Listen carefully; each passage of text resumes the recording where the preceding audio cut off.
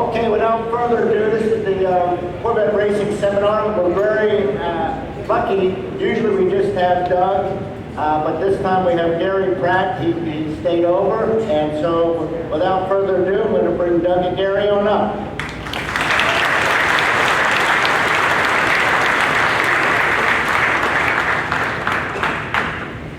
Thank you, buddy. Well, this is a new venue for us. We're usually in the theater. So I don't know why we got kicked out of there, but this is kind of nice here. And I can actually see you at the middle of the night like we did later.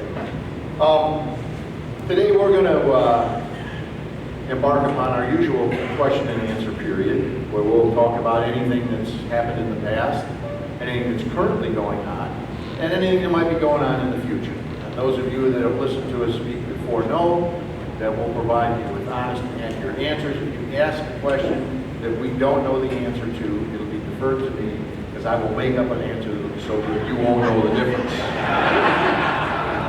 right? So that's our default. That's what we go back to if we get jammed up. We just make it up as we go along. I think, for all the times we've been coming down here to this event, I'm looking at this crowd yesterday and today, and I don't know whether it's just I'm getting senile or whatever, but this looks to be, first of all, a larger crowd than we've had in the past, and a much more vibrant crowd, which is amazing when you look around and see the average age of the people that are entering. I'm all about vibrancy, so I'm kind of hard because I'm in that same group. I'm feeling a little more energetic just hanging around you guys. It's very, very motivational for both Gary and myself. And we're going to get a chance after we get done with this to actually wander around. We were talking on the way in this morning about the displays and the new cars that are here, and then the independent contractors that have brought stuff. Believe it or not, we're still interested in cars after all these years. We are like little kids. We have never grown up. This is Peter Pan, and we're living in his world. So we really do enjoy coming on down here. Those of you that have, well, how many are following racing? I'm assuming a lot of you, because otherwise you wouldn't be in here. What's amazing to me, there are actually Corvette people who don't follow racing. That's seriously one of the most distressing things for me. I don't lose a lot of sleep over it, but whenever I'm here, it's always funny when somebody got a Corvette, I just really love it, you follow racing. No, that tells me that I still got work to do. And that's what causes me to really enjoy coming down to events like this, so that I can inspire more people to follow what we do in racing. Because what we do in racing drives what you guys buy. And you guys, by buying it, drives us in racing. So just selfishly, Gary and I like promoting this because, number one, it keeps us gainfully employed. Right? And number two, we have a lot of fun doing it. That's for sure. I need to come down here more often. It gets me going, and it just flowing, and just motivated to see the enthusiasm of everybody walking around, and obviously all the cool cars.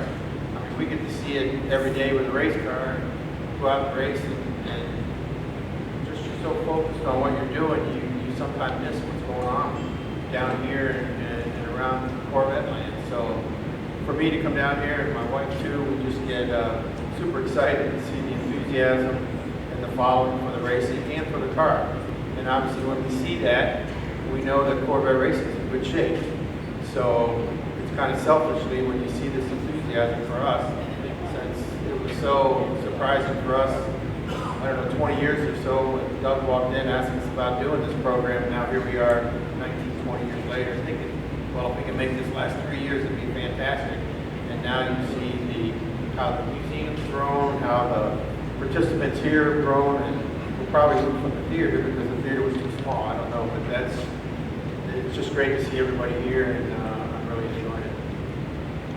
But we're going to, I'm glancing over at the race car here, courtesy of David James. By the way, who's been here for, I like to put things in terms of years.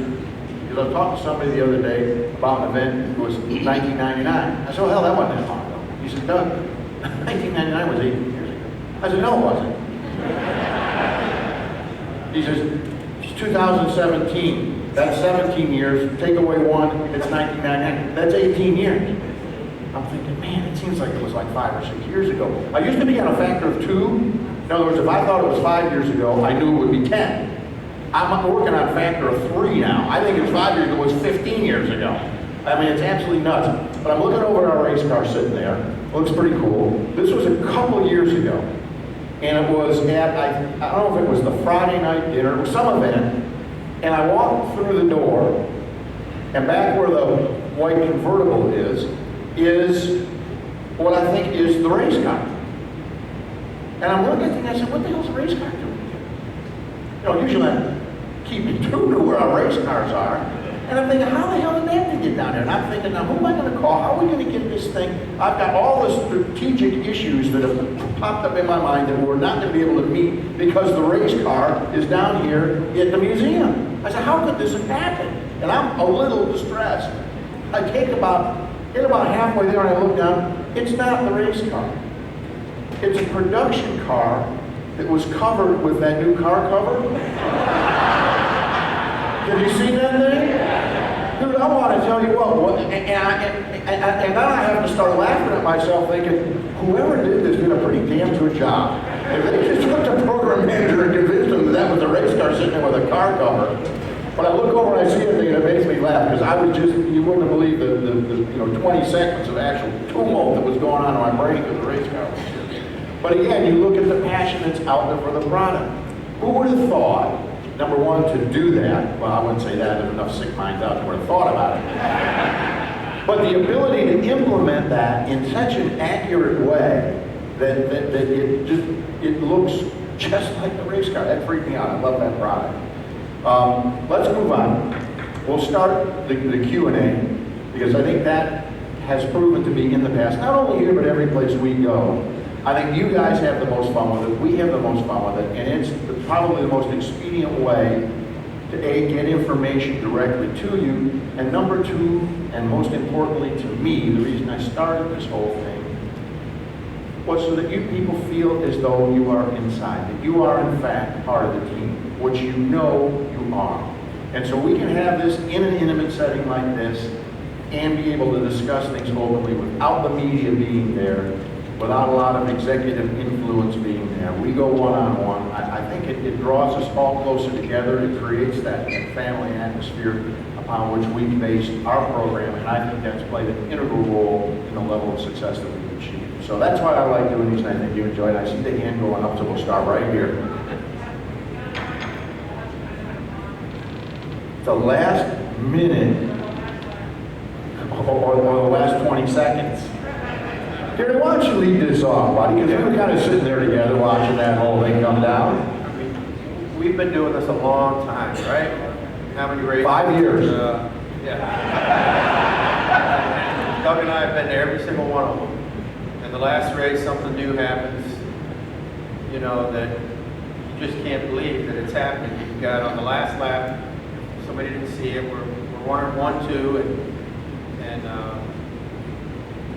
it's been, obviously it's Long Beach, it's a street race, there's been quite a few accidents. The drivers did a great job, they stayed out of trouble. Ian got involved in a little bit of altercation in the front end, was dinged up somewhat, but everything was fine. Cool and tense, everything was good. For the last 4 or 5 laps to go, we find ourselves running 1-2, and I said, well, this is looking pretty good. And then we come to the last lap, and we got about half a lap left, and there's a big wreck at 180 in Long Beach. And we're talking to the drivers, hey, we got a wreck at the 180, and we want you to stay inside, but before they even get there, there's another wreck on the inside. So Antonio's leading, Tommy's in second, and going back towards the middle of the race, Tommy, there was a wreck in that same corner, and Tommy got stuck in that corner and couldn't get through it. I don't know if you caught that during the race. And he had to stop, find reverse, and it's a little difficult in our cars to get reversed with the way the system is. So it takes a couple seconds. Meanwhile, a couple guys got by him. And it was a full course yellow. And it's illegal to pass in a full course yellow.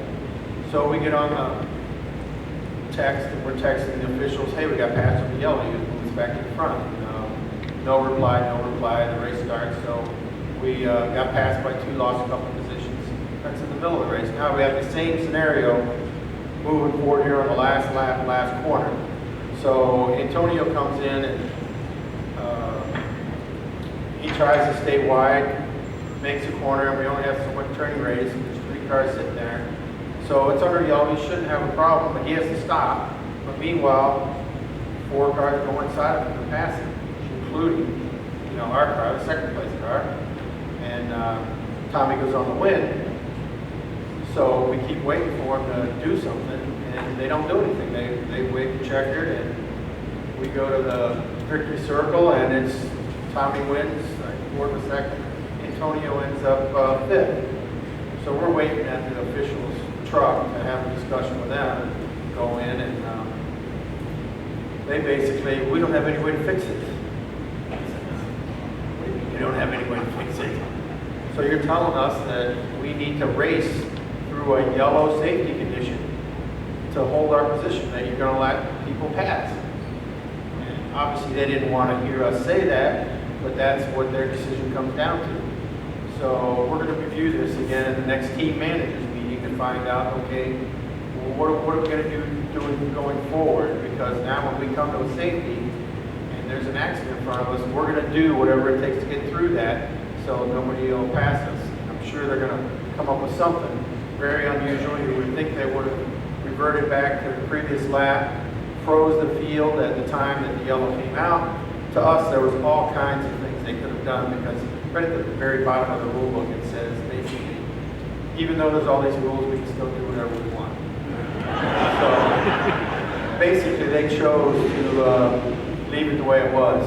It was kind of ironic, you know, the year before, going into the last lap, last corner, the Porsche hit Tommy and spun him out, and the Porsche went on to win. Now it's kind of ironic that Tommy was second.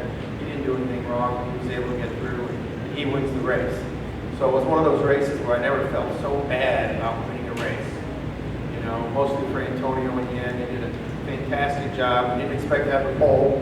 Jan was on the pole, and that was a great job by all the engineers, all the mechanics, getting the car to do that in the end at his age. And he just comes out every time and gets the job done. So, and then to watch Antonio, you guys all watched Sebring the last 2.5 hours of that race. It was unbelievable too. But all those races, pit stops and the calls, and you know, Jan had to come in early when he had the altercation at the beginning, and you don't know, okay, we're going to have to make a stop to the back, but the engineers started looking at the fuel economy, and they figured, well, with a couple laps left, we can probably do this without stopping. So you go into a fuel conservation mode, and then all of a sudden there's accidents. Other people have to pit and start moving in the front, and all of a sudden they're beaten, and then for that to happen on the last lap, the last corner, you know, 100 yards from the finish line, was pretty disheartening, and I never felt so bad after winning the race. So another one goes down in the record books as one that we've talked about for a while. Anybody follow golf in here? 4 people? Never mind.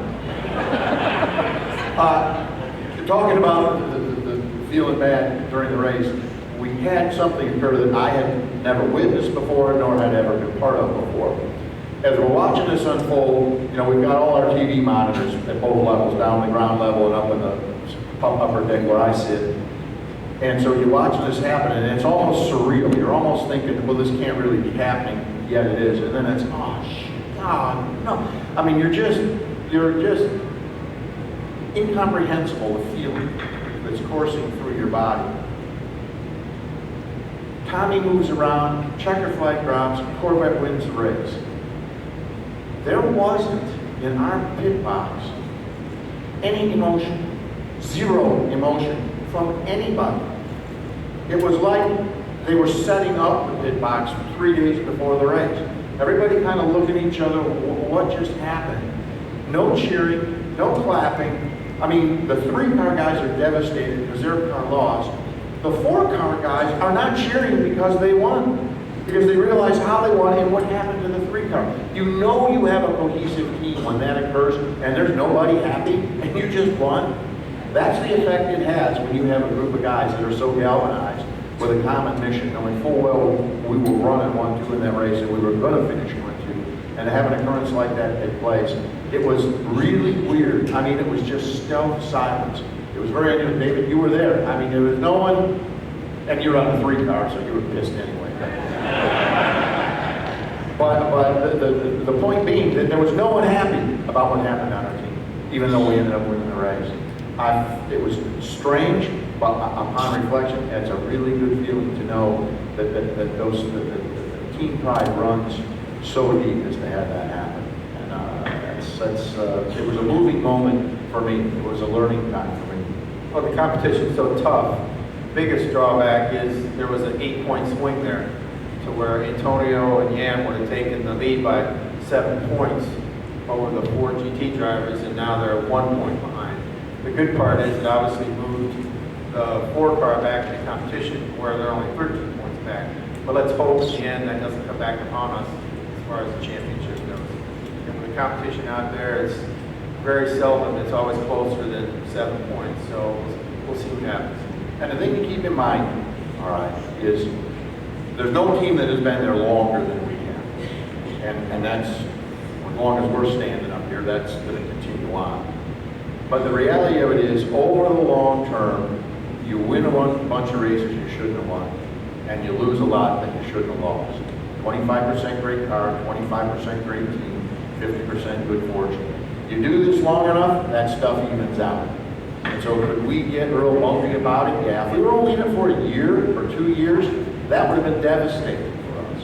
But when you know you've been here for the term that we have, and you know that that term doesn't have an end in sight, it makes it a little easier to accept the fact that it's going to run out in the long run. We're going to end up. I mean, last year at Elkhart Lake, 2 laps left, we're running 5th. We win that race. I mean, I'm here to tell you, there's no way we're winning that race. No way. We got funked all day long. That was just flat-ass good luck, guys.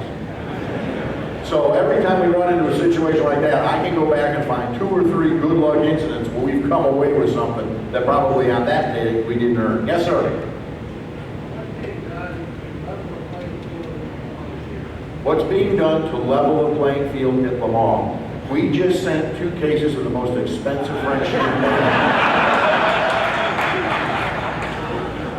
to the sanctioning body with a note attached about what our level of expectation was. The reality of it, there's mixed messages from last year, and it would take 2 hours to go through the scenario. So if you got time, I'll start right now. They thought they had a pretty good handle on it, and they didn't. And it was clear at the end of the day that they weren't getting much help from the manufacturers to help clear their picture. In the most simplistic terms, the race week, you submit a form as to what you think your projected performance level is going to be on race day. And then they hold you accountable for that form on race day. So in other words, if you say, my average race lap will be a 356.5, and you go out and you start running 351s, there's a problem. Because you have obviously not fairly represented yourself on the declaration form. Well, last year was the first year for this declaration form process. And clearly, it didn't work out very well. Because one of the cars, went 5 seconds faster in the race than it had at any time previous. And that 5 seconds faster speed was documented across their entire driver lineup, some of which Gary and I could be faster than a couple of those drivers. So they knew, the sanction body knew that the performance level on that car had been sandbagged, and they had been less than honest, and quite frankly caused a huge amount of embarrassment to the sanctioning body by having that occur. So the process has been refined this year from a technology and data-driven standpoint. They have indicated that they feel they've got a much better grip on it. There's no reason for us not to believe that. We'll find out when we get there, but they are working towards it. They don't want the embarrassment that they had last year. Right? Internally, I can tell you this, and this is the beauty of these meetings. Tuesday after the race, we go to a manufacturers meeting, myself and one of the engineers. At these meetings, the guy who wins always gets a pat on the back from other manufacturers. You know, they put the skewer in, barb them a little bit. But at the end of the day, the race is over, you know, and we've conducted ourselves with our 4 pillars: honesty, integrity, our sportsmanship, and the fact that we believe in taking the sport forward by behaving in an honorable way. We walk into this meeting and there's nobody shaking hands, there's nobody patting Ford on the back, there's nobody telling them great job. It's really weird. Now, we had not done this 17 previous times. This is the first time that has happened. This meeting starts out and it is an absolute street fight gang war.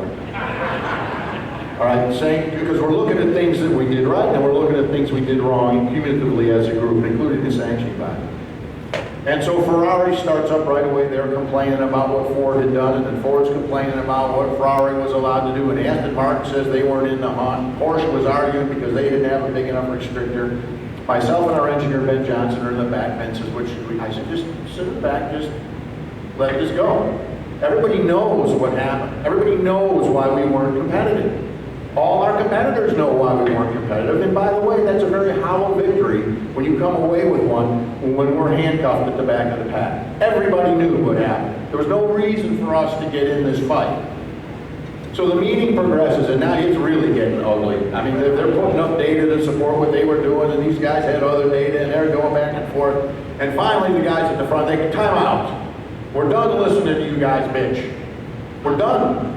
We're done. What's done is done.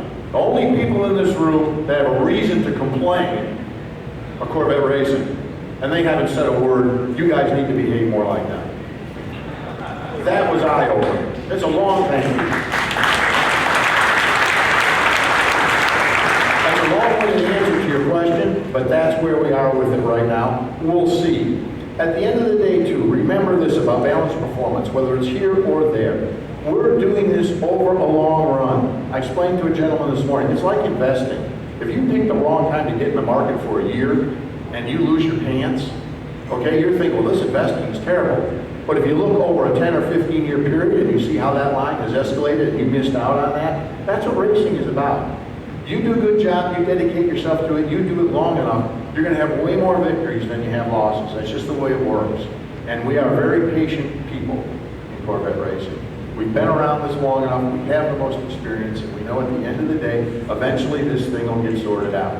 And we're going to continue to add to the 8 victories that we currently have in Le Mans. The other side of this to think about, Doug, you never shut up. But this is an important fact. When you look at the guys who are competing at Le Mans now, because it's an international race, there's a series, the World Endurance Championship. It's a big series. It runs in China, and it runs in Bahrain, and it runs in Japan. It runs all over the place. We don't participate in that. Le Mans is the key event in that series. In the World Endurance Championship, Le Mans is their key event. We only show up at Le Mans. So you could say, if you were just new to the sport, well, Corvette just comes in and cherry picks this event, kicks everybody's ass, takes the trophy, and goes away. They're not supporting the series. Well, the fact remains, we were at Le Mans long before they dreamed up this series. All right, that's the bottom line. And we play an important role at Le Mans. We're very revered there. We are a great marketing tool for them. We have a huge fan following throughout Europe and the rest of the world. That's why we continue to go there. But you have to understand from a competitor's perspective that in their eyes, you could look through that and say, you know, it's not really fair that they come in and cherry pick our best event and then leave with the trophy. So it would be, the sanctioning body would be inclined to A, happy to have us there, but they're certainly not going to give us any advantage to come in and leave with the trophy when the teams who support their entire series, you get the picture. So that's the other thing that we're up against in that. But that's not stopping us. Next question. Yes, sir.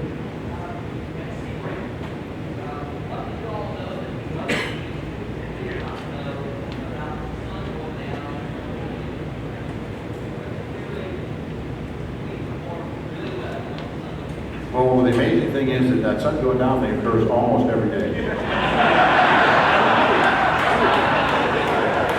So I'm not sure what they were looking at, but I'll let Gary fill in the details. You know, after the race, Antonio, I said, you were pretty good there at the end. He said, well, the first stint, if you watched in the morning, we didn't qualify very well with the 3 car, but when Antonio got in, he went all the way up to second.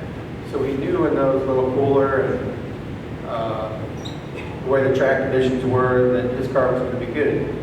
And we knew Antonio was going to be at the end, so he was fairly confident in what conditions he was going to have when he got in at the end of the race, because we had a little indication in the morning. And the engineers did a great job on the call, the leapfrog during the pit stop, where it was a couple hours to go. We came in, I think the Porsche came in, the Ferrari came in, but all three Fords stayed out. So we came in, filled up our tank. They still had a half tank left. So when they came in, we came in with them on the next stop. We only needed half tank, they needed full tank. So we were able to leapfrog in front. And that was with like, I don't know, 3 hours to go. Porsche was pretty quick pushing. And they did the same scenario, only they didn't execute. They had a broken wheel gun. And then when they came out, they hit the Ferrari, got a flat tire. And then they come in, fix the tire. Then they ran over the hose, got a penalty. So they went from a potential win to 6th place. So we basically had the Fords left and the Ferrari, and those last 2.5 hours with Antonio in there and pit stops in between, the crew did a great job getting him out in front every time. And then, you know, one mistake we made was at the first stop, we had tear-offs, and I think we had 8 tear-offs, we were down to like 4, and there's a little corner on the side where you crease it to rip it off. And when he went to tear it off, the corner just came off and knocked the whole screen cover. So you don't have time to find the end again and go. You had to send him. So if you saw the in-car camera, I don't know how he wasn't making mistakes here and then, but he was absolutely perfect.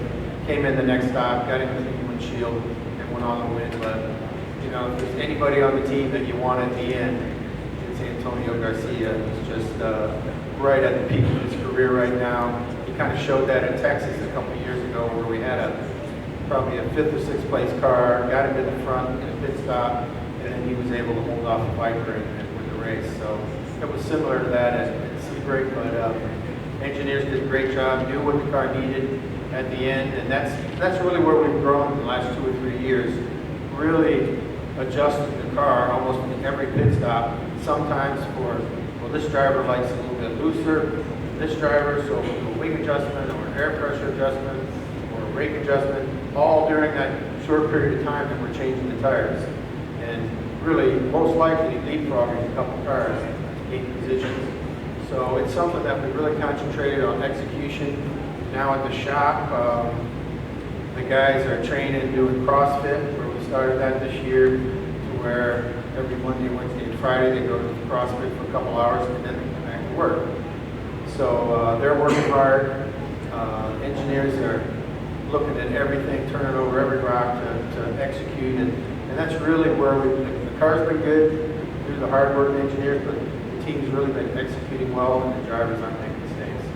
So if you miss any one of those things, you're not winning the race. So it's a 100%, 110% effort by everybody. Just adjunct what Gary said here. We have constructed in the back of the shop actual pit wall, a set of concrete barriers, actual barriers. It has all the equipment in it that we use in the pit lane. And each day at 2 o'clock for an hour, both teams go to that specific spot, and they will run through 1 hour of training drills of changing tires, changing the wing, different processes, different scenarios. It's all timed and it's all recorded. So we use video to look at the choreography that we're using, look at areas where we're going. I mean, the dedication to pit stops, I can tell you this is unusual. I don't think they do this in Formula One to this level or NASCAR to this level, where every day there's now a lookout where we're looking to see if we can get better. It's very frustrating for our competition when that happens. You know, Daytona, although we didn't win, you watched the last couple hours there, you saw with about 3 hours to go, we were in 6th place, came in, we ended up in 1st place, gave that back right away. And then on the last pit stop, we were in 4th place, came out of the pits when everybody pitted. We were again in 1st, and at the end had to give that up. But there's a huge amount of internal pride in the ability to do that. There's nothing more demoralizing to a team than to get their ass kicked in a pit stop, because they know that's something that's controllable. They know that's something that they can get better on. That's a human element. And when you're up against an adversary that continually kicks butt, it can wear you down, and that's where we are. And you only have to look at the whining that's going on. Come on, before, in a meeting, I can't believe you said, you know, we came in the pits and the Corvette was 2 seconds faster with us. We're not used to that happening. Get used to it. Or get better. And that's essentially what the sanction body told them to. Yes, sir?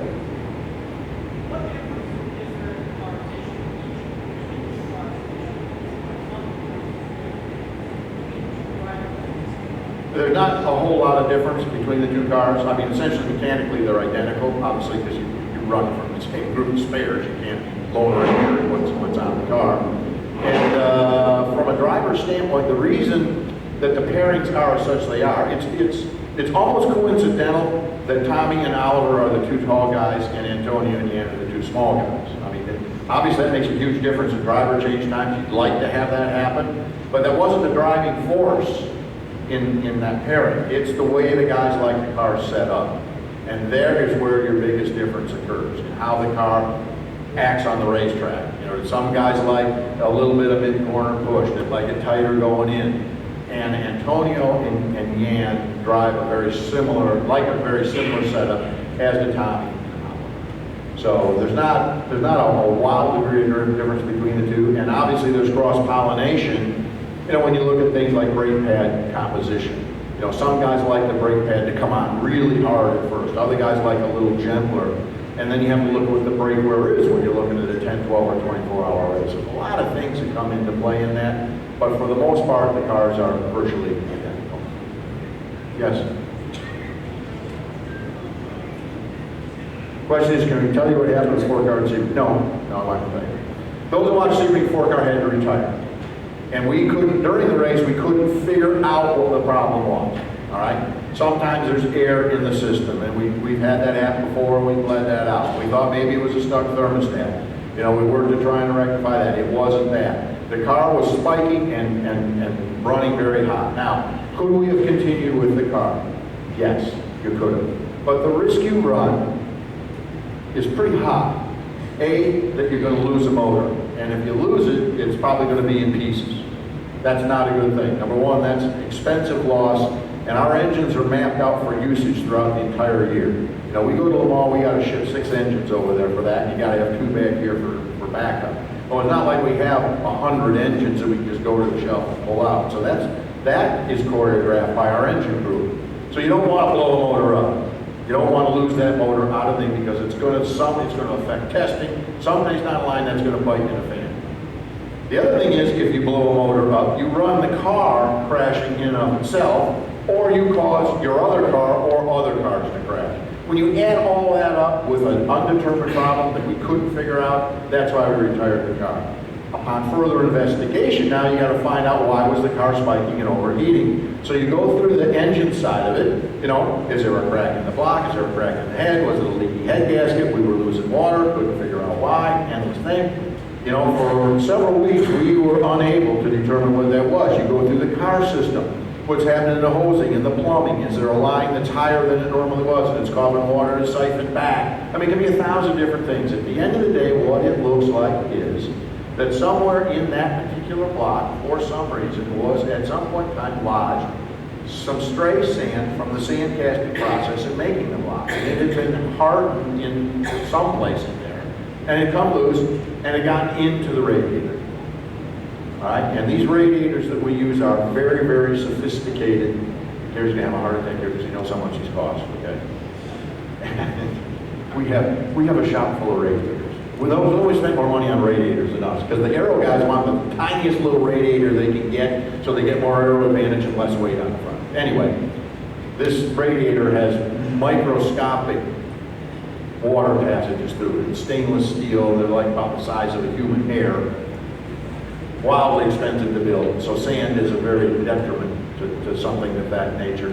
And it looks like there's sand built up on it, which is okay, as long as we know that's what it is. But now we've gone in and put protocols in place.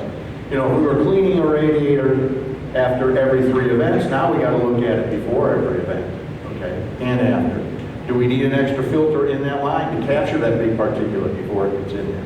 What we always try and do when we have an occurrence like that is what can we take from that will make us better? And that's a huge step forward in learning that. It was a very good lesson for us. But that's what it looks like right now is the problem. Pardon?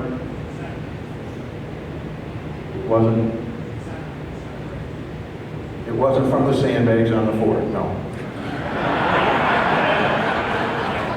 But you know what? I'm going to use that line.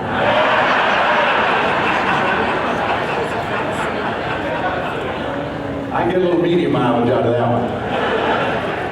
To the back. Yeah, has Corvette Racing thought about running in like the GTD, including GTLM, or maybe into Continental Tire?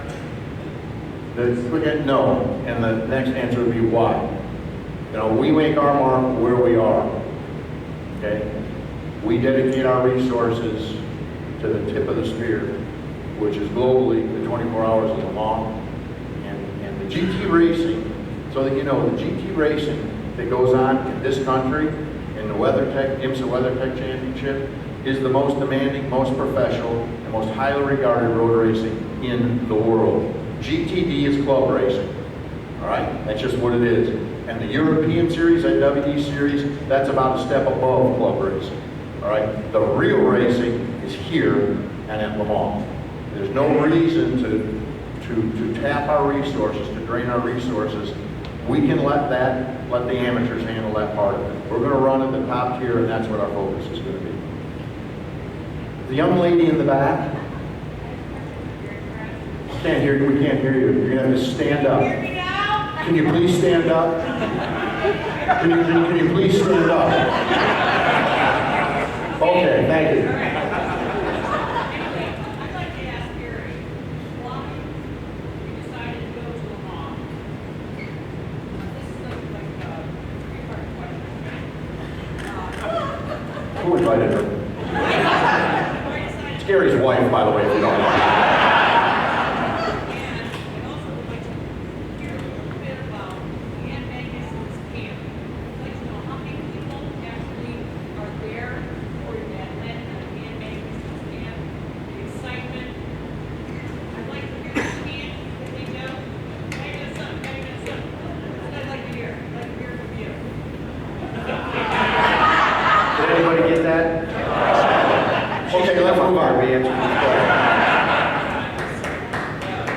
I think she asked why we went to Le Mans. Was that the first question? Well, I don't know if probably not too many of you know, but before the first time we went to Le Mans, I went to Le Mans with a sponsor just to watch 10 years before that. And timing's everything, right? So 10 years before that, really GM wasn't involved, but her official was actually there with a little 12-foot camper trailer and one other person, the hat man from NASCAR land back then, that used to end up at Exit Victory Circle, and he was there at that time investigating what it would be like for GM Corvette to go to Le Mans. I was there to show the sponsor, and then we were trying to talk GM into going to Le Mans back then, but the timing wasn't right. And lo and behold, 10 years later, we get to go to Le Mans. One was 1989, the other was 1999, 2000 when we finally went. But it was all, took that much preparation and that much fortitude to keep pushing, to be able to get all the people in line, and Officer Duff was a big part of that, making that presentation you all heard about last night, I think. So, anyway, here's the answer to that one. What was the other one? Oh, if any of you haven't been to Le Mans, Jan Magnussen is like a superstar in Denmark. Yeah, exactly. He's the superstar Viking. People come in Viking clothes and they come in front of the pit lane and it's Magnum Son, and they sing it. They and their camp. You go there and there's an auditorium bigger than this, and they fill it up. Just the people that come from Denmark to follow Jan Magnussen. So it's just unbelievable to have a full-time TV crew that sends video back to the country to show on daily TV of Jan Magnussen racing at Le Mans. It's just unbelievable.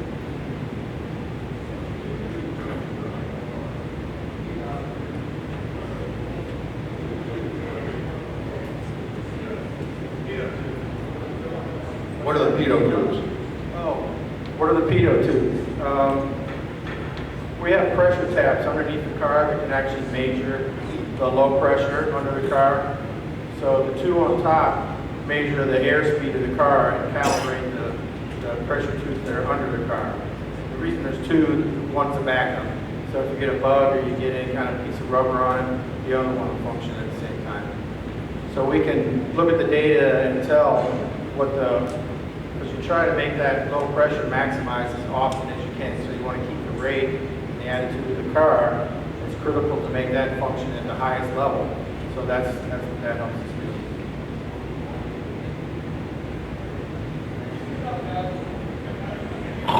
Yes.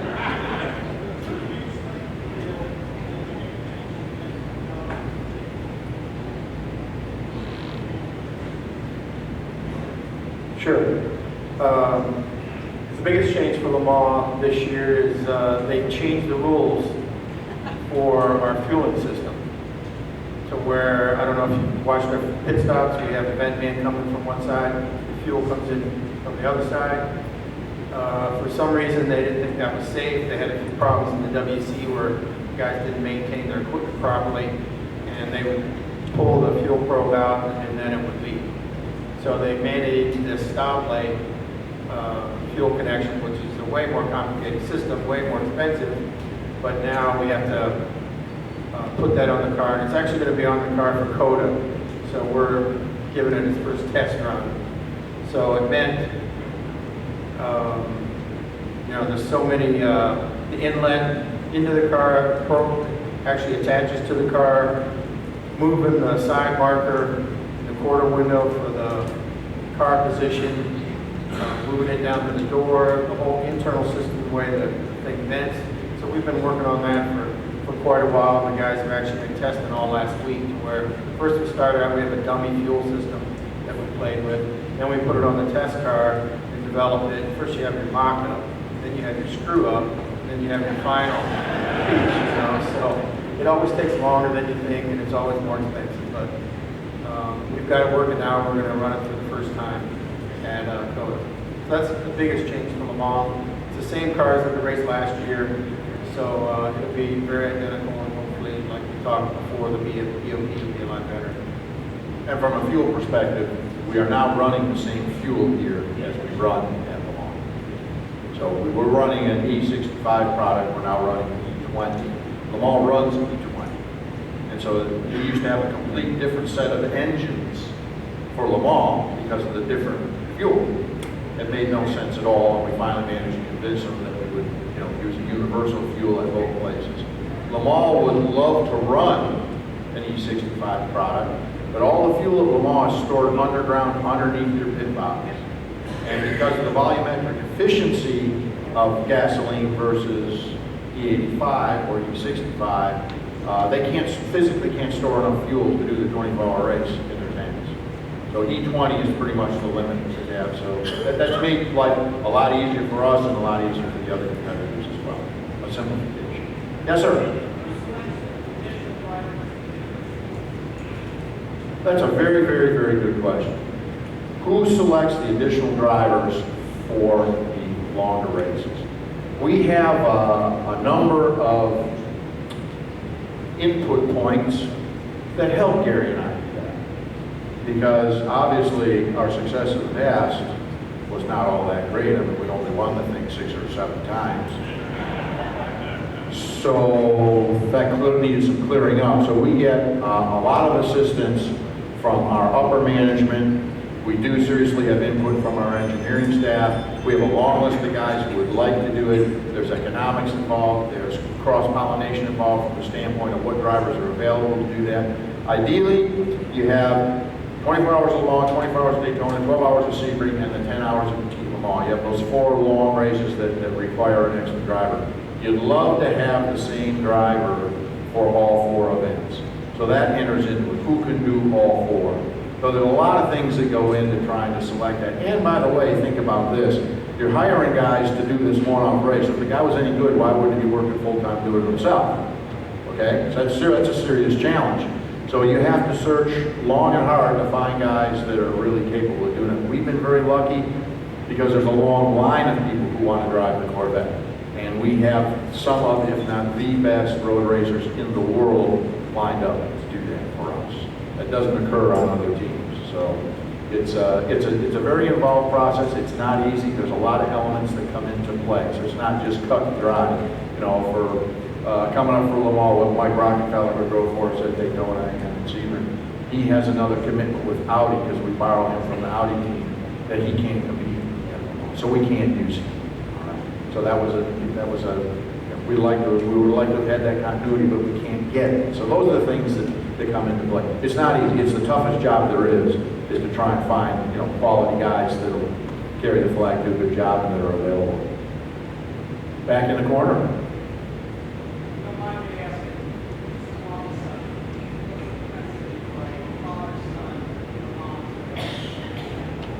You know, and I don't have any children, so the question was, what's the chances of a father and son duo at Le Mans?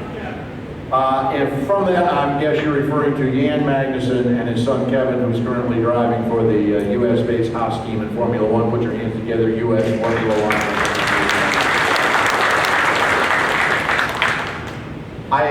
That has been talked about, and I know there's a strong desire on the part of that father-son team to make that happen.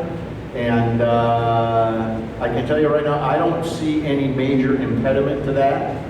I've had conversations with the Haas team, and they're all for it. So it's one of those interesting conversations to have, and there's brings a smile to everybody's face when you think about what that could possibly mean. So I would tell you this, it's not discounted. The door is not closed on that, and we'll see what the future holds. So, could be fun. I'd like to see it. I know Gary would like to see it. It'd be pretty cool. Kevin's a great young man. By the way, Kevin did a huge amount of work. We talked about that simulator last night at Pratt down in North Carolina.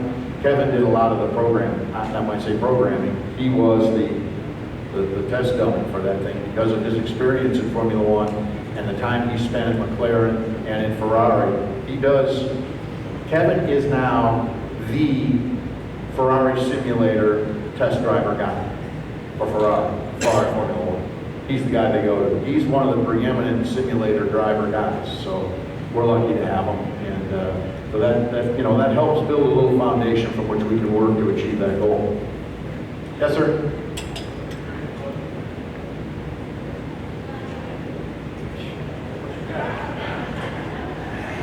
I got cab fare. Here's the answer. We never discuss budgets. All right? But to your point, I'm not going to be that short with the answer. If it didn't have a value, we wouldn't be doing it. If this wasn't making money someplace, we wouldn't be doing it. If we weren't selling 40,689 Corvettes a year, the highest single per unit profit maker in the corporation, we wouldn't be doing it.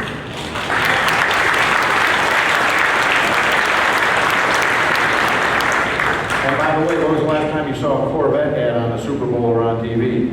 Never. How many print ads do you see in buff books exclusively for Corvette? Rarely. We don't advertise the car. You know why? Because we got this room filled up with guys who own them and buy them because they love racing. That's our advertising budget. We give a very, very strong, what we call ROI, return on investment.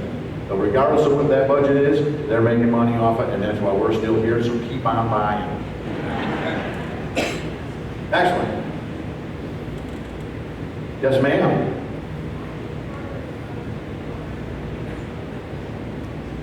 Why don't you tell them that here? Why does Ford get to run 3 cars, and in some cases 4 cars, and everybody else doesn't? Well, basically, there is no rule against how many cars you can run. If we wanted to run 5 cars, we could. Not that we could, or that we would want to, but they run 2 cars in the WEC, and they run 2 cars over here in IMSA.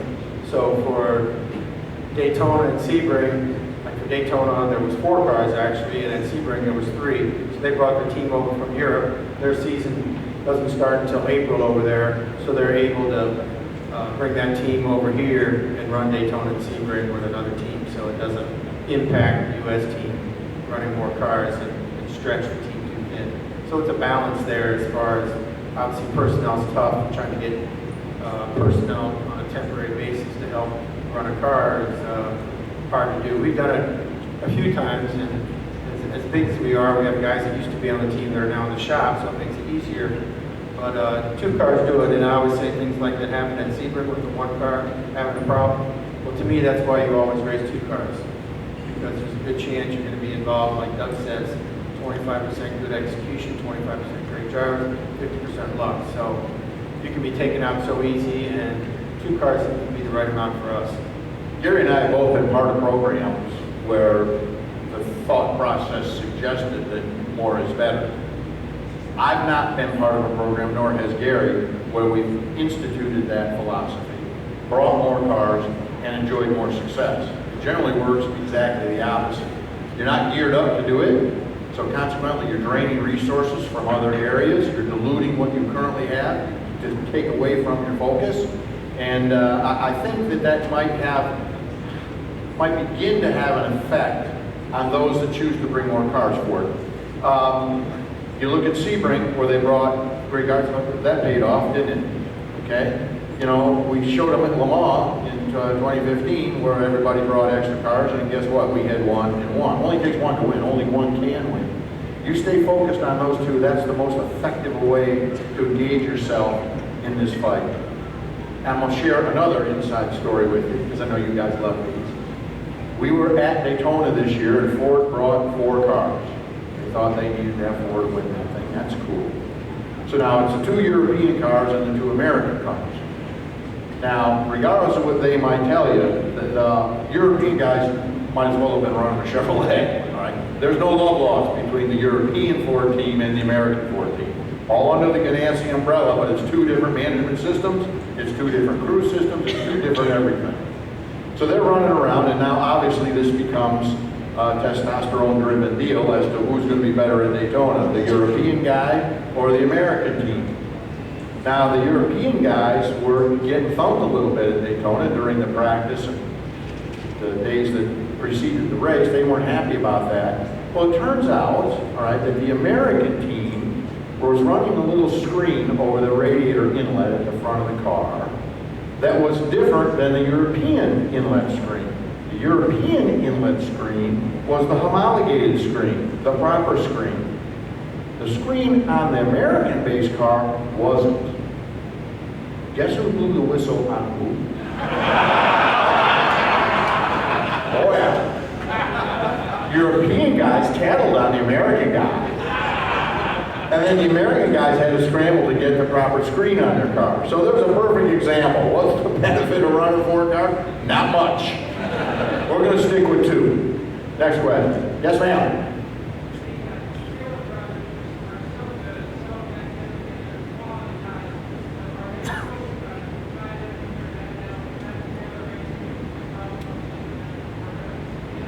The question is, the Taylor brothers are pretty cool guys doing a great job, but they're so tied in with their dad that we won't see them again. Let me tell you what, their dad's trying to figure out a way he can disown both these guys because they do nothing but cost them money.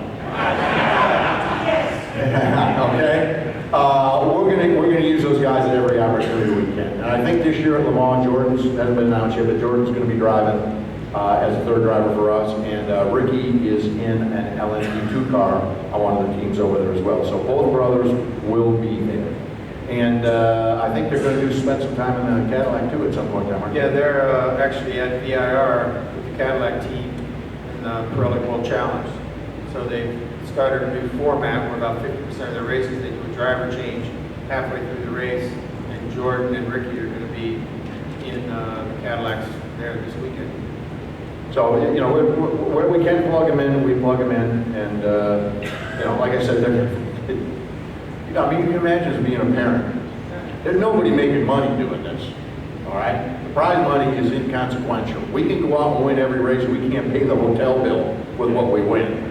This is a marketing exercise. Wayne Taylor does a marvelous job with his sponsors, and he's found a way, because he's an astute businessman and an experienced racer, to be able to float that thing along and ensure the fact that obviously if you're a parent and you're in racing and you've got 2 kids that are pretty good racers, I mean, you want to see them succeed. But I can tell you, if he could get them plugged in someplace where somebody else was paying the bills, we've worked with Wayne for a long, long time, he'd be the first to do it. Oh yeah, they are a dialed-in duo right there, pretty dynamic. Yes, sir. Well, Gary, who do you think our strongest competitor is? It's, sometimes it changes from race to race. Obviously, we thought Porsche would come out a little stronger than what they've been. They've kind of manipulated the rules there on their engine location, and they have their engine in front of the axle now instead of behind the axle. So they didn't do that because they just liked it. They thought it would look better. So we thought they'd be stronger, and they haven't executed good enough to win. Obviously, Ford's very good, so they're always going to be right up there. You know, they got a year under their belt now. You always learn something after that first year. They've got good guys driving, so they're tough. I mean, you have to execute everything though. I mean, from having good drivers to having the good mechanics to executing in the pit stops. So you have to take advantage whenever you can of what you can to make sure you're at the front in the last part of the race. So they're missing a little bit of that during their pit stops. You can beat them out. Ferrari, they seem to be quick, but they're not that consistent. BMW, I don't know what's happening to them. They've kind of had a good chance to win the race at Long Beach, but had a problem and couldn't execute again, and one of the lead car fell out. So it's kind of, they're all top competitors, you know, we're racing against all factor teams. So sometimes you get on a roll, get some momentum. So it's, I mean, right now with the money Ford's spending all, I would say they have to be our number one competition right now. And a side note on BMW, you know, first of all, here's the deal. BMW has never brought the right stuff, ever. They started racing in this GT series with a four-door 3 Series car, all right? Well, that's not a GT car. But because we thought BMW joining the process would be good, which it was, but we encouraged them to bring the right stuff, as did the sanction body. So their idea was the right stuff because they don't really build a sports car. They then, after 2 years of that, they bring a 2-door sedan 3 Series car. Well, that wasn't really cutting it. And so then they thought, well, we do have a sports car, whatever they got, a C3 or whatever they call that little thing, G4. Well, they build one that looks like it's running on the dirt tracks on Saturday night in Atlanta, Georgia. It doesn't even resemble a Z4. That wasn't the right car. And they didn't have a whole lot of success with that, although I think they did manage to win some races in the championship with it. And so now they developed the 6 Series car, which is a behemoth of a vehicle. They're not having a lot of success with that. This year is going to be just a Debbie Downer for them because all their resources are being put forward, all right, to design and build a proper sports car, race car that will be debuting next year and will be joining us at Le Mans in 2018. That is a good thing. That is a good thing. Just as Ford coming along was a good thing. We need to think about this in the longer view. We put this series out of business once, when the rules were such that you just brought what you built. And when Corvette does that, there's not another car in the world that can compete with it on the racetrack. Not a car. And they all left. So when we started the new GT series with a different set of rules, with this balance of performance thing, that was to encourage others to come, to give them a chance to whip up on Corvette, of which they've had some level of success, which has encouraged more people to come. All the manufacturers are in the same boat. We just have different paddles. The more paddles we can add, the faster and further that boat goes. So if we can bring BMW in with whatever they need to have, bringing Ford in with whatever they thought they were building and trying to sell, regardless of the small downside to that, the upside is it takes racing Ford, it takes sports car racing Ford. Manufacturer engagement is the engine for this thing.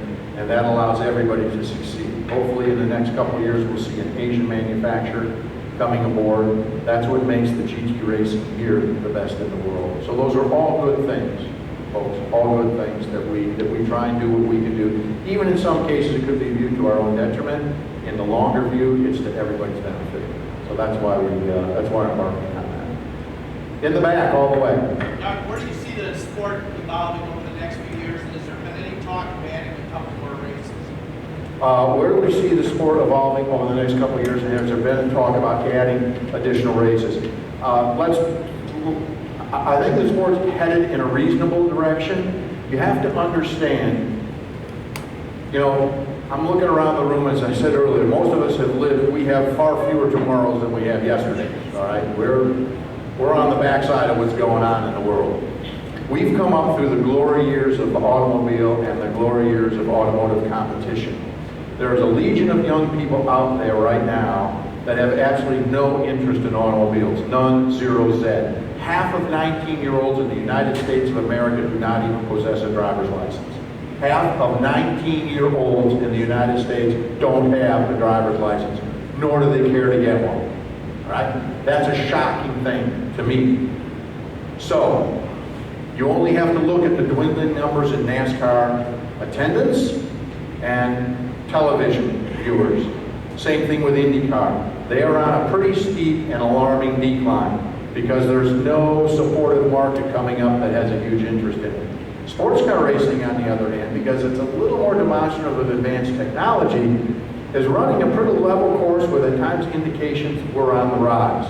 And manufacturers want to be part of this now, because that has an attraction for some of the younger people that are out there. This whole autonomous vehicle thing, kids today only care about one thing. They have the most dexterous thumbs on the planet. All right? Because they can do everything from their phone. They want to go someplace, they don't have to ask anybody, they don't have to talk to mom or dad, they don't have to borrow the keys, they don't have to change the oil, they don't have to pay for insurance. They just press a button and something shows up at the front of their house, they can walk out and get in it. They don't care what it looks like, they don't care how fast it goes, they don't care what its braking capability is, they don't care how hard it corners. They don't care what kind of fuel economy you get. Is it going to take me to the next place where I can talk to the person next to me using my phone? That's what racing is up against right now, a cultural change. However, I think we are best positioned to deal with that with the products that we're currently using in the racing environment. So I'm looking at it being, I think we're still going to see some steady increase over the next decade. I don't see a huge change there. What was the second part of your question? Are we going to add any more races? Are we going to add any more races? No, I don't think so.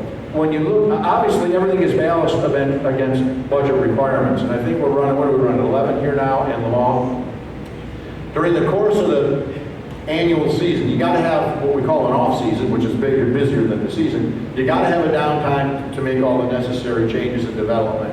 When you look at the time frame that we have, and you include the month we spend in France for the 24 hours of Le Mans, adding additional races is going to be a tremendous burden. It causes you to have more personnel, more over-the-road equipment, obviously more race cars. This number we have right now, I think everybody's comfortable with. The crew guys are comfortable with running this amount of races. The budget's comfortable with this amount. And it gives us a pretty good balance. We're very lucky here the way we cross the nation back and forth. We've got a pretty good spread. So I wouldn't look for any massive changes there. That's not to say that we couldn't add one race, but I would be happy to stand up here with track management and sanctioning body here and say I can pretty much guarantee we'll never go over 12. We're at 11 right now, so possibly one, but there's nothing on the horizon that would suggest that. Lucier. What's the chance of getting Fox to give us some flag What are the chances of getting flag-to-flag coverage at where? On any race? You know, it's easy to throw it on the sanctioning body for the pitifully poor television coverage that we have. Although I will say this, if you look at this year, it's better than it has been. I'm not saying it's great, but it's better than it has been. There's, again, so many elements that come into this, and this is something you have to consider. When you get TV time for any race, in order to get that TV time, somebody has to buy it. So that would be the sanctioning body. So you want to have coverage for all 12 hours of Sebring, which we used to have on speed, those of you that remember that. So in today's world, sanctioning body's got to buy 12 hours of TV in March. All right? Now, they own that time, and it's wildly expensive. So they have to in turn go out and sell that to a sponsor. So whether it's, WeatherTech or Mobil Oil or Harry's Insurance or We'll Sue Anybody for Anything, you got to go out and find those guys that are willing to buy that time. Well, who's going to buy that time when you're up against, March Madness, or you're up against the middle of football season, or the World Series, or pick an event. We got a whole fall selection of college football games. Who the heck, you own it, you can go buy it, it's pretty easy. We got all 12 hours, it's live, how am I gonna sell that time? And who am I gonna sell it to? You can't do it. You can't compete against the others that are in that same market. That is the fundamental problem with having that kind of coverage. And that's why they've looked at doing the things they do. Does anybody watch this thing on computer where you plug your computer into your TV? Okay? I should see at least half the fans' hands go up here. Because that's the way to do it. That's an HD signal with great announcers that keep you in touch with what's going on. It's pretty simple to do. Actually, it's very simple to do, and I'm not a tech-savvy guy. I know how to do it. I'm just saying, that's where you have to resort to get your coverage, because that's, in other words, free. Right? That doesn't cost anybody anything, and we can do that. The issue that we have, you know, I think the last race was on network, wasn't it? Well, that was amazing, but that happened at a time when there wasn't any competing sports against us, so they could sell that time. You know, the Fox Sports 1 is a great alternative because the time is cheaper there. All right? The Fox Sports 2 is really cheap because nobody gets it. Okay, so that's why it's on Fox Sports 2, and the computer thing is available for everybody. Those are the dilemmas, and because I have to be fair to the sanctioning body, because it's a tough business to be in. It's not as simple as just not lacking the will to do it or the fortitude to get it done. It's a very complex issue that's very expensive, and that's what's caused that. There's a reason there is no more speed vision, because they couldn't sell that time. They just couldn't sell it, and that's why they had to integrate other sports and look at other programs. Yes, Nigel.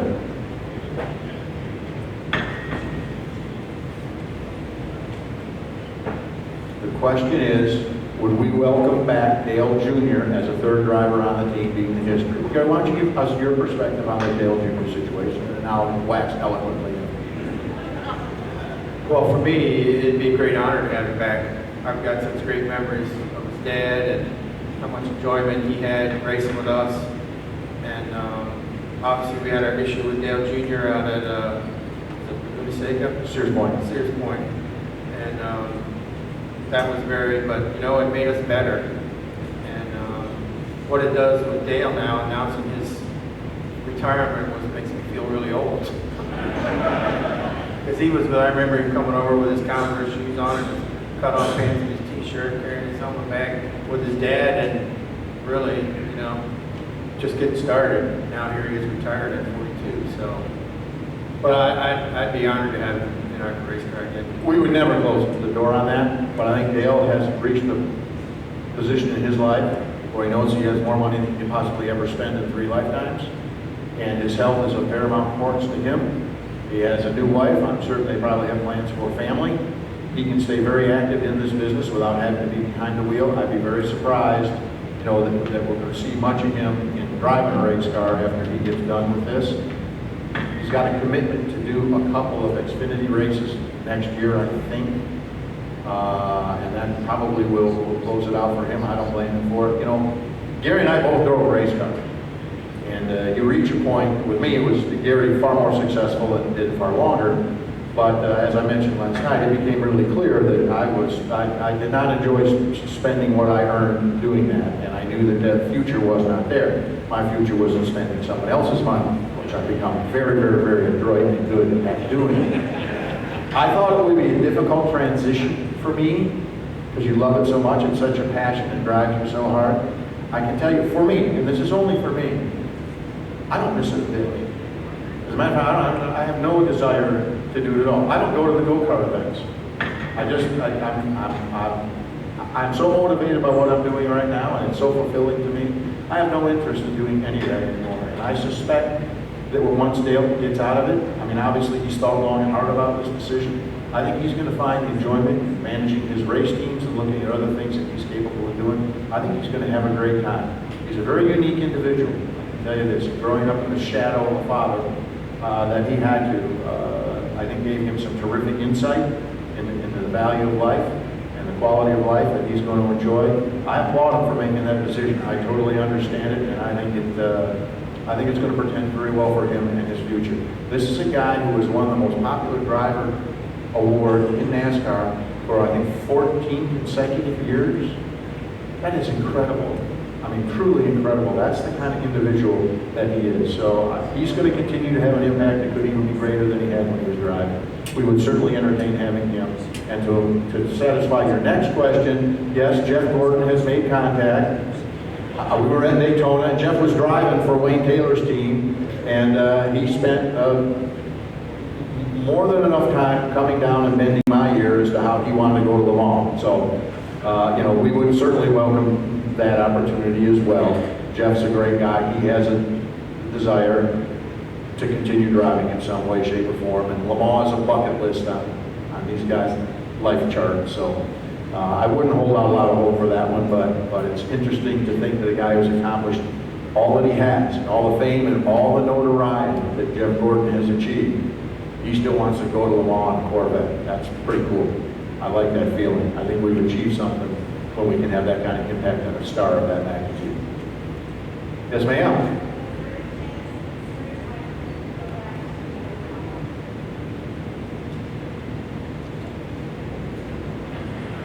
Well, I feel bad you're not getting to say anything.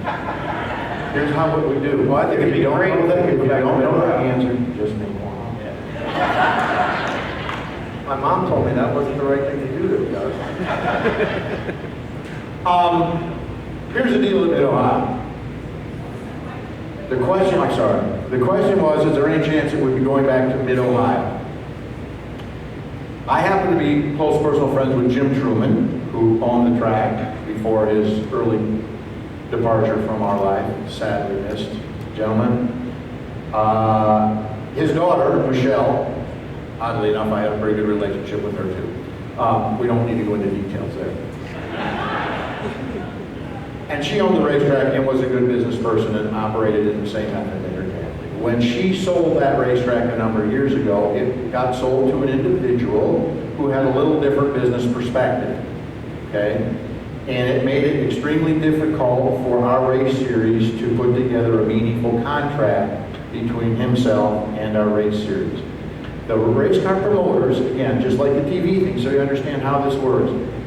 IMSA has this package, and they're willing to sell it to you, the track owner. You buy that package, all right, and pick a number, $300,000. And you can have an IMSA race company. I'm not suggesting that's an accurate number. $300,000, and you can have an IMSA race come to your race facility. Now it's up to you to figure out how you're going to make your 300 grand back. So how much am I going to charge for my tickets? What do I think? How many people am I going to have? All right. Do I install pay toilets? All right. How much pizza do I need to sell? What kind of beer do they like the best? You got to figure out how you're going to make your 300 grand back. So not all promoters, all right, can figure that out. Plus you have to look at where am I going to be in the schedule? Where are you racing? What other races do I have going on in Ohio? When is the IndyCar race at Cleveland? How much money do the locals in that region of the country have to spend, discretionary income, in going to motorsports events? So if you can't get a good date, you know, if it's running back to back, if your largest event is your motorcycle race, and the only available date is next week for the sports car race, how many fans am I going to get when they were just here last week? Those are the problems that you have. And that's the burden of the track owner to deal with that. Working out the race schedule is one of the most difficult things you can ever imagine based on all those factors. What's going on? Where are they coming from? You know, can we race in Lime Rock one week and the only date available for Laguna Seca is the next week? Well, that's not going to happen. We can't get our stuff together, get it fixed, and get it out to the West Coast in 3 days. We can't do it. So that day, sorry, you don't get a race in Laguna. Well, the Laguna guy said, sorry, I can't take the race because you guys can't get here. I need you, you know, that's the only weekend I have available for you. So it's a lot of things go into it. To answer your question, what's the likelihood we would go back to Mid-Ohio? It's not high, but it's always under consideration.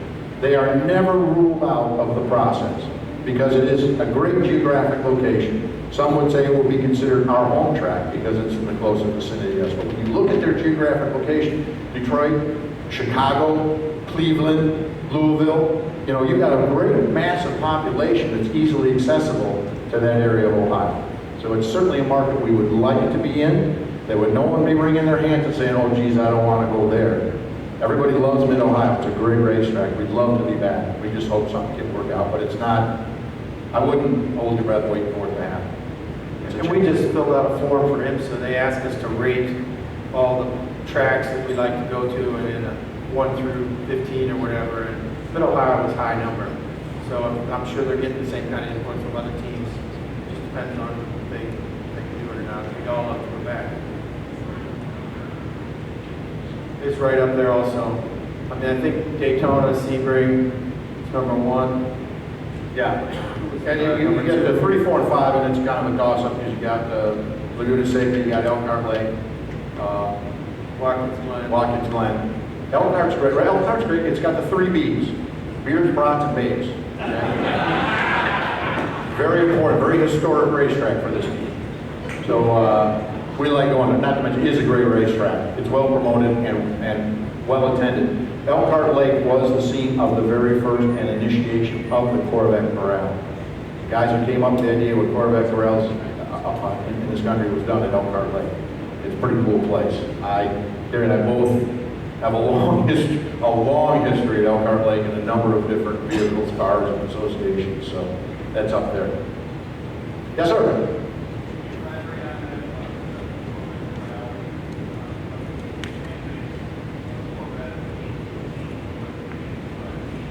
The question is, can we elaborate a little bit on the Corvette Corral and what it means to our fans and what it means to other race teams? I'll talk for a minute or two, let Gary give his feedback, because he has some important feedback on this as well. First off, those who have listened to me go on at every event that I go to know that our racing program is driven by the fans, because the fans buy the product. At the end of the day, we're here to sell cars. All the magic of racing, blah, blah, blah. We're here to sell cars. You guys are buying into what we're selling. And that's a good thing. That's a great dynamic. The Corvette Corral is important because it allows you the feeling of being family. That there are special accommodations made for you that set you apart from the rest of the world of racing, because we have designated an area that you can come, demonstrate the pride you have not only in the brand but in your particular vehicle. And it makes you feel exceptional, what you are. That adds to the dynamic. As far as what it does to the competition, well, you only have to look. I mean, there are now, Porsche corrals, and there's a Viper corral. Sometimes they have 4 or 5 cars there. There's a Ford GT corral. They have 0 cars there. Everybody tries to emulate, imitation the most sincere form of flattery. Everybody tries to imitate what Corvette brings, right? They have yet to equal it, nor will they ever equal it.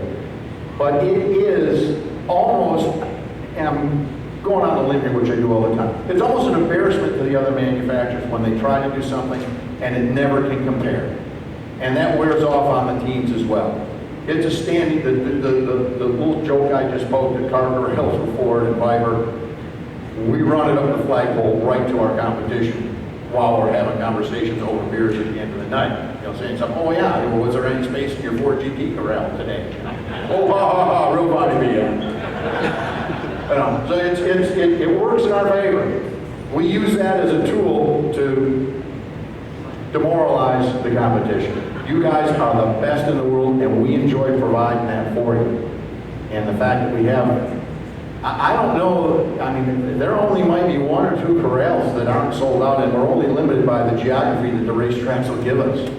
I mean, we have places where there's hundreds of cars, 200, 300 cars in Corvette corrals. That's just, it's amazing to me, it's astounding, and I think it's great for you guys. We love doing it. Gary?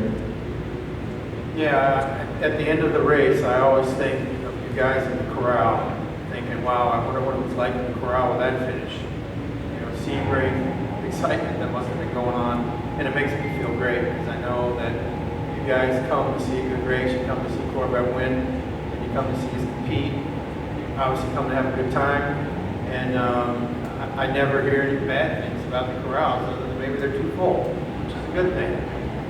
So we love it, and without you guys' enthusiasm that comes across to all our management that we have to talk to and talk about budgets and talk about all the different things that go on, They see you guys at corrals and they understand the enthusiasm and what it means. And the C7 comes out after the C6, and you see how quickly it changes from the C5 to the C6 to the C7 scenario out there. So it's just fantastic to see everybody at the racetrack and see the enthusiasm you guys have. And please keep coming. Please keep coming to the tent and to the guys. Dave, I don't have any young kids. He helps put in the car. And, you know, people that haven't come before, they see all the people under our tent. And then you go look at other competitors, and I don't hardly see anybody under the tent. I mean, yeah, it can be confusing, but our guys love it. We know you guys love it, and we appreciate you coming. So keep coming. All right, Dan just told me we're having way too much fun up here, so we got to get sent to our room to get our homework done. Take one more question all the way in the back. Yeah. Can you tell me, You're going to have to really stand up and yell. okay, how close is this car to the cars that we drive? Right now, I'd say that's probably 48 feet.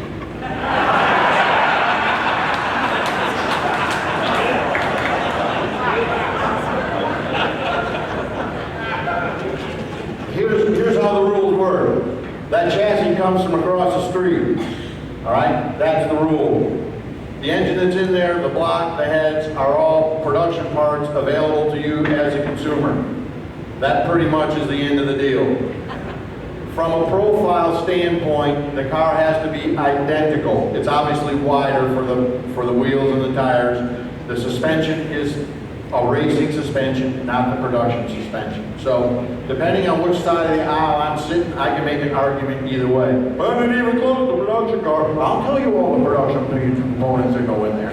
But let me say this about that. The gentleman who preceded me, Mr. Tad Schechter, who is the chief engineer for the car, has aligned himself directly with the race team and has been doing that. That's why the C7 looks the way it does. We do the aero development on the car. On the next generation Corvette, we're doing aero, we're doing suspension, all the chassis stuff. We have people embedded in the production car program to bring you guys the closest thing to a race car we possibly can. That would not have happened if there wasn't a race program. So the fact that what the direct similarities are today, you see in the next generation car, you're going to be pretty amazed. With that, we're going to close. I think we got an auction coming up. Is the auction here or in the theater? Here at 1 o'clock we have an auction. And I want to say this, we touched on this a little bit, but in the fall, October 20th and 21st, Hershey Museum, Hershey, Pennsylvania. You guys put a caravan together, come down and see us. I'll be there with Tommy. We talked about Earnhardt. The Earnhardt Club is going to be there. Andy Pilgrim and myself are going to be there talking about our Earnhardt experiences, which are endless and amazing. Easy worth the price of admission. Come on out and support us there. The money and the proceeds that we make from that come right back home here to help our museum. Les? Thank you.